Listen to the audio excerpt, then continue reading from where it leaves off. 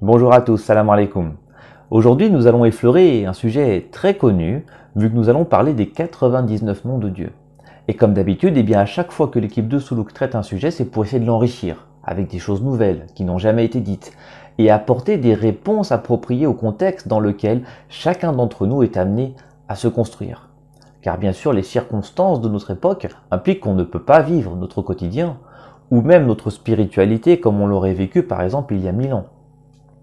Et comme il s'agit là d'un sujet extrêmement vaste, on va essayer de voir le maximum de petites choses pour apporter à chacune et à chacun des outils pratiques et efficaces pour faciliter notre vie de tous les jours et pour comprendre quelle est la meilleure attitude à adopter lorsque survient tel ou tel événement et pour progresser en tant que croyant qui sait que la vie sur Terre est courte et qu'il faut consacrer notre temps à faire de notre mieux, à faire ce qu'on peut.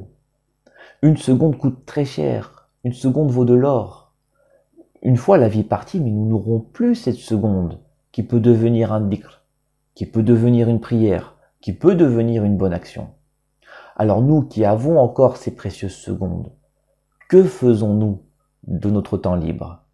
Que faisons-nous de ce temps précieux?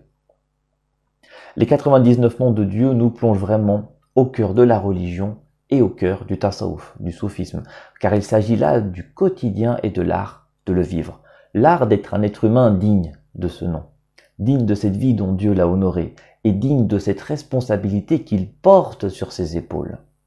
Subhanallah, c'est un sujet que j'ai personnellement très largement sous-estimé, et quand j'ai commencé à chercher et à travailler dessus, je me suis retrouvé un petit peu écrasé par le poids de ce sujet. Que Dieu me pardonne, amin. Et il m'aura fallu peut-être une centaine d'heures de travail pour vous le présenter en 3 vidéos organisées en 6 parties. Nous allons donc voir les généralités sur les noms divins. Puis nous verrons en quoi les noms divins sont au cœur de la relation qui lie le cheikh à ses élèves.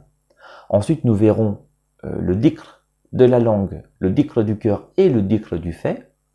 Puis nous verrons la différence entre le wird et le warid, que nous prendrons bien sûr le temps de définir. Ensuite, nous verrons le nom sublime de Dieu pour terminer par les 5 catégories de noms divins. Chaque vidéo couvrira 2 points, donc 2 points par vidéo pour 3 vidéos. Et dans cette vidéo, nous allons donc revenir et voir les généralités sur les noms divins et la relation qui lie le cheikh à ses élèves. Les 99 noms de Dieu ou l'art de vivre son quotidien en concordance avec les prescriptions divines, c'est parti.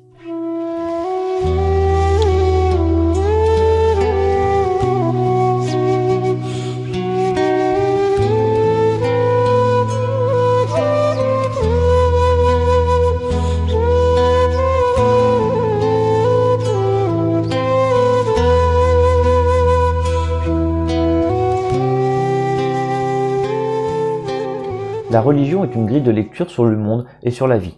Elle aborde tous les sujets et nous dévoile le fonctionnement de la création, la façon dont Dieu l'organise avec des règles et des lois. La religion nous éclaire sur l'humain, sur l'animal, sur les planètes, car l'univers tout entier est une manifestation de la bienveillance divine, un Coran vivant. Chaque chose existe, persiste, subsiste parce qu'elle est accompagnée par Dieu. Donc peu importe où se porte ton regard, peu importe ce qui se manifeste à toi au quotidien, dans l'instant, avec ta femme, ton mari, tes enfants, ta famille, tes collègues, tes amis, ton travail, tes facilités et tes difficultés, Dieu n'est jamais absent. Dieu nous dit dans le Coran « وَنَحْنُ أَقْرَبُ إِلَيْهِ مِنْ حَبْلِ الْوَارِدِ » Nous sommes plus proches de lui que de sa veine jugulaire. Donc Dieu est présent auprès de toi à chaque instant. Dieu se décrit lui-même à travers ce qu'on appelle des noms divins. Certes, Dieu est Dieu, mais il est aussi le bienveillant, le généreux, le miséricordieux, le vivant, le puissant, le grand, le sage, le savant, celui qui donne et celui qui enlève. Chacun de ces noms est une invitation à comprendre un peu mieux ce qu'est Dieu, en même temps qu'il nous apporte un éclaircissement sur un aspect de la vie. Donc, ils nous permettent aussi de comprendre ce que nous sommes à travers la découverte de notre Créateur. Certes, Dieu est l'Éternel, alors que nous, faibles créatures, nous sommes amenés à mourir. Certes, Dieu est le savant, alors que tout le savoir de toutes les générations d'êtres humains passés, présents et futurs est insignifiant face à l'étendue de notre ignorance. Donc les noms de Dieu ne sont pas que des titres ou des intitulés. Ils sont une réalité sensible qui touche tout en permanence. Certes, la vie est possible parce que Dieu est le vivant. L'amour n'est possible que parce que Dieu est amour. Lorsque nous, êtres humains, nous faisons preuve de générosité, ce n'est qu'un reflet de Dieu qui se manifeste à travers nous, à travers sa création, parce qu'il est le généreux, lui, par excellence. À l'inverse, lorsqu'un homme fait preuve de méchanceté, il s'éloigne de lui-même de ce que Dieu a voulu. Il a refusé la lumière de Dieu et il a ouvert la porte à une ténèbre. Ainsi, l'étude des noms divins est un sujet vaste, inépuisable, car comprendre les noms divins revient à comprendre intégralement ce qui régit la création, de la plus petite particule jusqu'à l'univers tout entier. Ça revient à comprendre toutes les lois, toutes les sciences. Dieu est présent à chaque instant et chaque chose porte son empreinte. Un jour, un homme est venu voir un sage et il lui a dit « Prouve-moi que Dieu existe ». Et le sage a regardé partout et il a dit « Il est partout, comment prouver qu'il n'existe pas ?» C'est donc un sujet très intéressant et central qui permettra à chacun d'entre nous de progresser en tant que croyant, en tant qu'individu, car il nous plonge dans notre quotidien et dans l'art de le vivre, comme nous allons le voir. Il nous enseigne l'art d'accepter tout ce qui vient comme un cadeau de Dieu. Donc il est la clé du bonheur permanent. Le prophète sallallahu alayhi wa sallam a dit « Certes, Dieu a 99 noms, 100 moins 1, quiconque les énumère entrera au paradis. » Alors on va revenir sur ce hadith du prophète Mohammed sallallahu alayhi wa sallam, mais on peut retenir pour l'instant qu'il existe une infinité de noms de Dieu, préservés par le secret de Dieu, mais qu'ils se regroupent tous autour de 99 noms principaux, et que ces noms sont une clé pour entrer au paradis. Alors bien sûr, il ne suffit pas de les apprendre par cœur et de les énumérer comme un robot. La vraie parole, ce n'est pas celle qui vient du fond de la gorge, mais c'est celle qui vient du fond du cœur. Et pour qu'un nom divin vienne vraiment du cœur, il va falloir s'approcher de ce nom divin, progresser dans notre compréhension de ce nom et nous ouvrir à la réalité de ce qu'il manifeste chaque jour dans notre quotidien. Chaque nom divin étant différent, il demandera un effort, une méthode différente de la part de celui qui cherche à s'en rapprocher. Nous sommes face aux différents noms de Dieu en permanence dans notre quotidien, à chaque battement de cœur, à chaque battement de cils, à chaque respiration. Tout n'est que le reflet des noms et des attributs de Dieu. Des fois, tu es joyeux, tu te sens bien, c'est le nom divin Al-Basit. Des fois, au contraire, tu traverses des difficultés, la maladie, la ruine, le stress, c'est le nom divin Al-Qab. Des fois, tu traverses une épreuve, tu es face au nom divin Al-Latif. Quoi qu'il t'arrive, quoi que tu traverses, tu es face à Dieu. Il se manifeste à toi avec ses noms et ses attributs. Progresser, c'est l'art de savoir quoi faire, comment réagir dans telle ou telle situation. Dans l'époque où tu vis, avec ton parcours, ta sensibilité, pour accepter ce qui vient de Dieu. Tu viens de perdre un de tes proches. Est-ce que tu dois te laisser écraser par la tristesse? Ou tu gagnes 3 fois plus que ton voisin? Est-ce que ça fait de toi quelqu'un de meilleur que lui? Ou tu vois le monde qui part à la dérive? Est-ce que tu dois rester là, passif, à ne rien faire? Tu viens de commettre un péché, est-ce que tu dois t'apitoyer sur ton sort? Ou tu viens de faire une bonne action, est-ce que ça y est, tu es sûr d'aller au paradis? À notre époque où le nombre de coachs de vie, le nombre de coachs en développement personnel explose, le croyant, lui, s'interroge sur ce qu'il souhaite développer, sur ce qu'il souhaite voir grandir en lui, sur ce qu'il souhaite devenir. Si on fait appel à des coachs pour apprendre à développer telle ou telle compétence, si apprendre une langue comme l'anglais nécessite un professeur et des séjours linguistiques dans les pays anglophones pour baigner un peu dans un environnement favorable à l'apprentissage, que faut-il au minimum pour développer notre foi? Comment pourrions-nous de nous-mêmes savoir comment progresser dans le salut de notre âme? C'est-à-dire dans ce qu'il y a de plus profond, dans ce qu'il y a de plus sacré, de plus riche, de plus complexe. Alors que pour des choses simples, on fait appel à des professionnels. Est-ce que tu confierais ton cœur à un cardiologue amateur, improvisé, Non. Alors à qui confies-tu l'élargissement de ta foi? Celui qui est garant de la bonne compréhension de la religion et qui est là pour te guider dans ta progression, c'est le shir. Le shir est le proche de Dieu, et depuis la nuit des temps, ceux qui cherchent Dieu se rapprochent de ceux qui ont consacré leur vie à Dieu, les chouyours. En leur compagnie, eh bien, l'élève émet l'intention de purifier son âme et de se donner les moyens de ses ambitions, en fournissant un effort quotidien.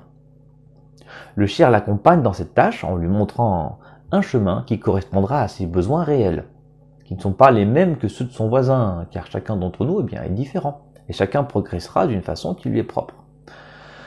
Le shir, lui, a une connaissance, une lucidité, un savoir du fait de sa proximité avec Dieu. Il voit les noms divins qui se manifestent ici et là, et il voit chez son élève ce qui lui manque.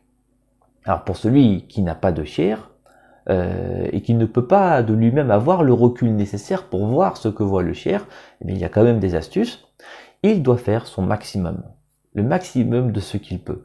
Fais le maximum de salat, fais le maximum de zakat, de siyam, de dhikr, le maximum de prières, d'aumônes, de jeûnes ou de rappels avec le chapelet.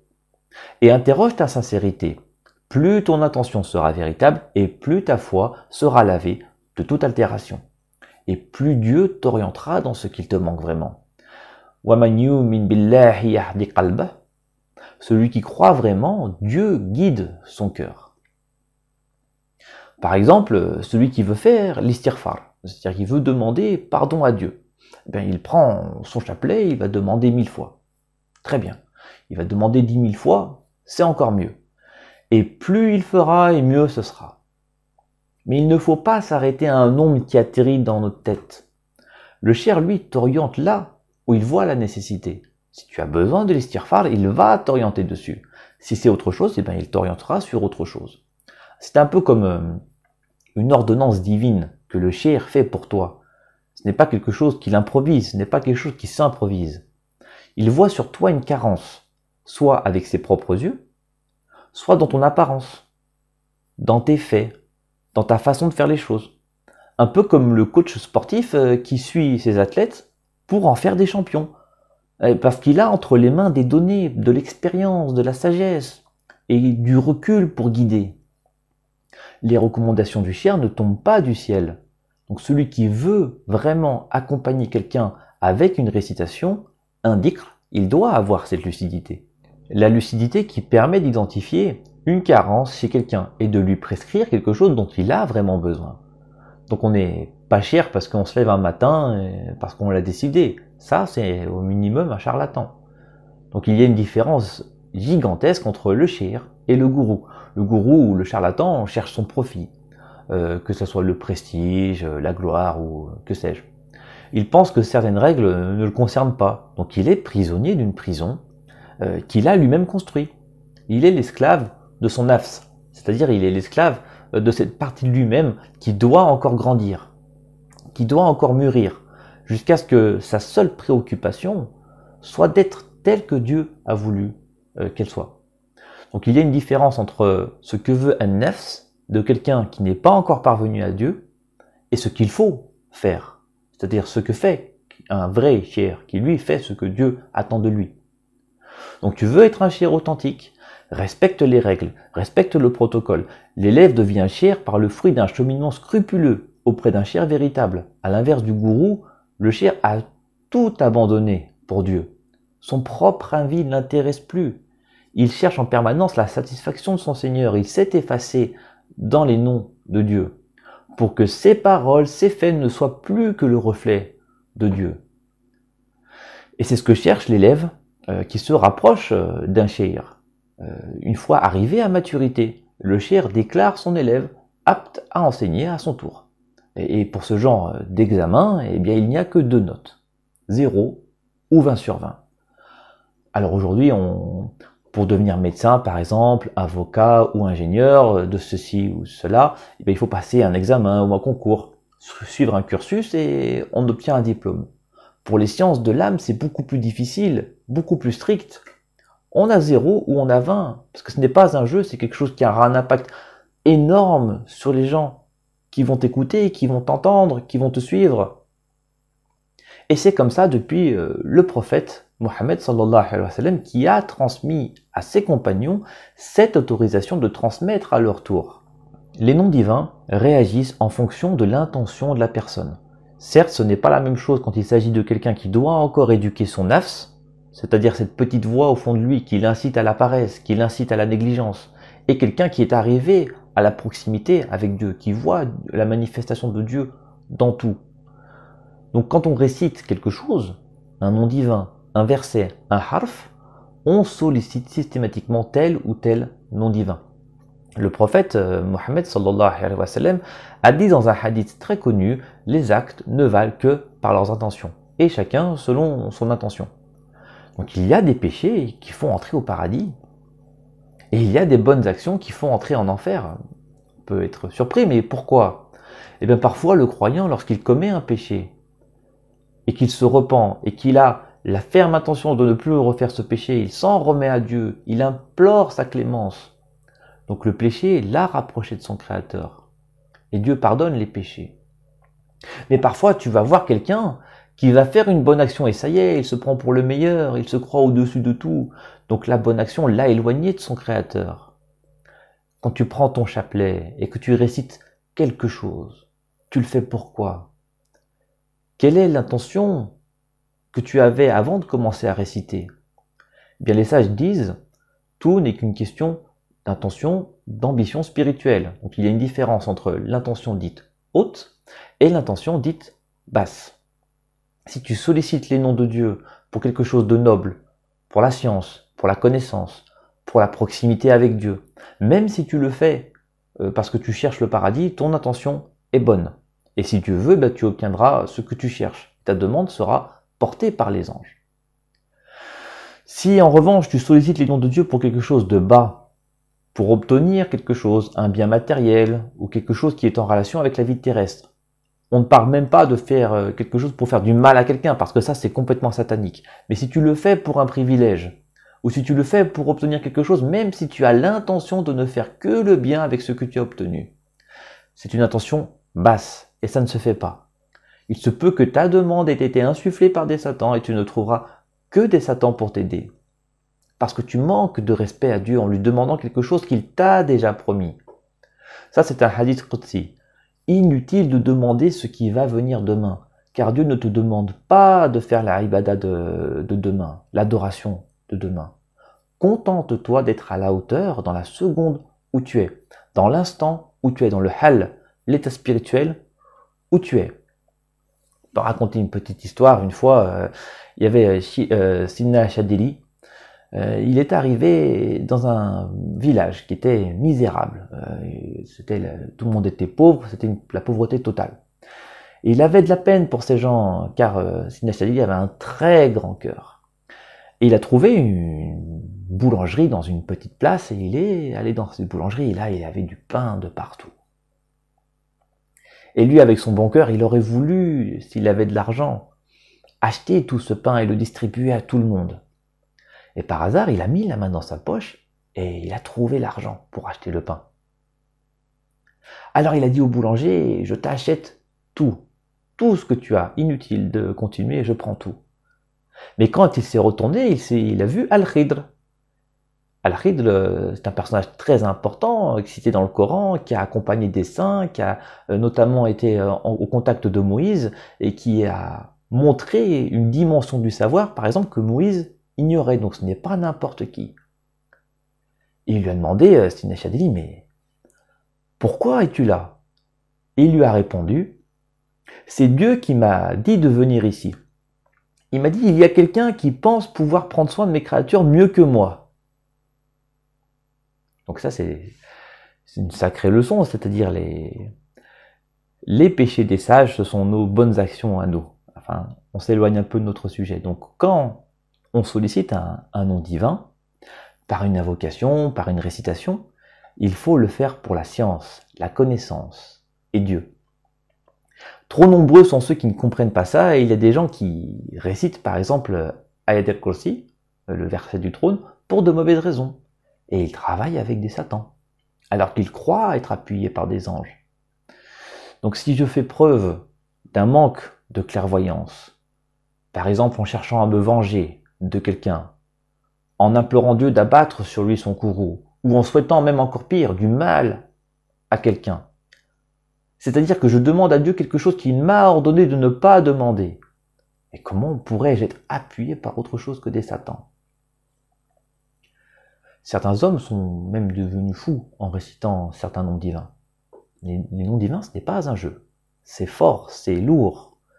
Et ça fait intervenir un univers tout entier composé de gens, de genoun, d'anges. Donc on ne demande pas quelque chose à Dieu, on ne s'ouvre pas à Dieu avec arrogance, ou suffisance, ou orgueil, ou pour obtenir quelque chose, ou pour donner quelque chose à quelqu'un.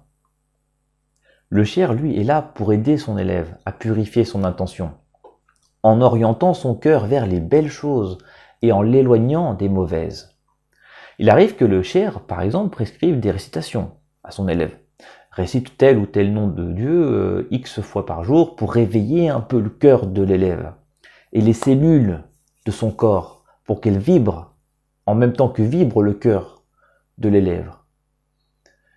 Et pour l'habituer aussi à entendre quelque chose qu'il n'entendait plus. Il y a par exemple le wird, une récitation quotidienne que certains chouïrs prescrivent à leurs élèves pour les sortir un peu de leur routine, 1 heure par jour. Le wird peut prendre plusieurs formes, mais habituellement on le compose de 3 parties et on récite chacune d'elles au moins 100 fois. Il y a la demande de pardon, l'istighfar, 100 fois, la prière sur le prophète, salat ala nabi, 100 fois, et l'attestation il n'y a de Dieu que Dieu, la ilaha illallah, 100 fois. Alors pourquoi cette composition? Eh bien, tu veux une audience avec Dieu, donc tu vas pas y aller les mains dans les poches. La demande de pardon intervient pour te nettoyer un peu. Ensuite, il y a la prière sur le prophète, salat ala nabi, qui est là pour te rapprocher de celui qui est le plus proche de lui. Donc tu cherches la bonne compagnie pour t'accompagner. Et ensuite, la ilaha illallah vient sceller ta demande, car il n'existe pas de parole plus forte, plus noble que celle-ci. Le prophète a dit, le meilleur de ce que j'ai dit et de ce que les prophètes avant moi ont dit est la ilaha illallah. Il n'y a de Dieu que Dieu. Notre shi'r nous donne une explication plus complète du wird dans une vidéo qu'on va mettre en commentaire sous cette vidéo, Inch'Allah. Avec la récitation, le dhikr, tu es en train de t'entraîner, de te réveiller, d'enlever ce brouillard dans tes yeux. Car en réalité, ce n'est pas toi qui cherches le nom divin, c'est le nom divin qui te cherche. Et avec la récitation, tu te prépares au moment où le nom divin va se manifester à toi, comme nous le verrons un peu plus tard. Mais la récitation n'a jamais été une fin en soi. Donc, est-ce qu'il y a mieux que de réciter Ya Latif, le subtil, 100 fois, 1000 fois, 10 000 fois? Quel est l'objectif de la récitation? Eh bien, c'est de devenir soi-même un reflet de Ismul Latif, un reflet de ce nom divin que tu invoques. Et c'est ce que nous verrons dans la vidéo suivante, car nous allons parler du dhikr de la langue, du dhikr du cœur et du dhikr du fait. Donc c'est une vidéo qui est disponible directement en commentaire ou pendant le générique de fin. Je vous dis à tout de suite pour la suite.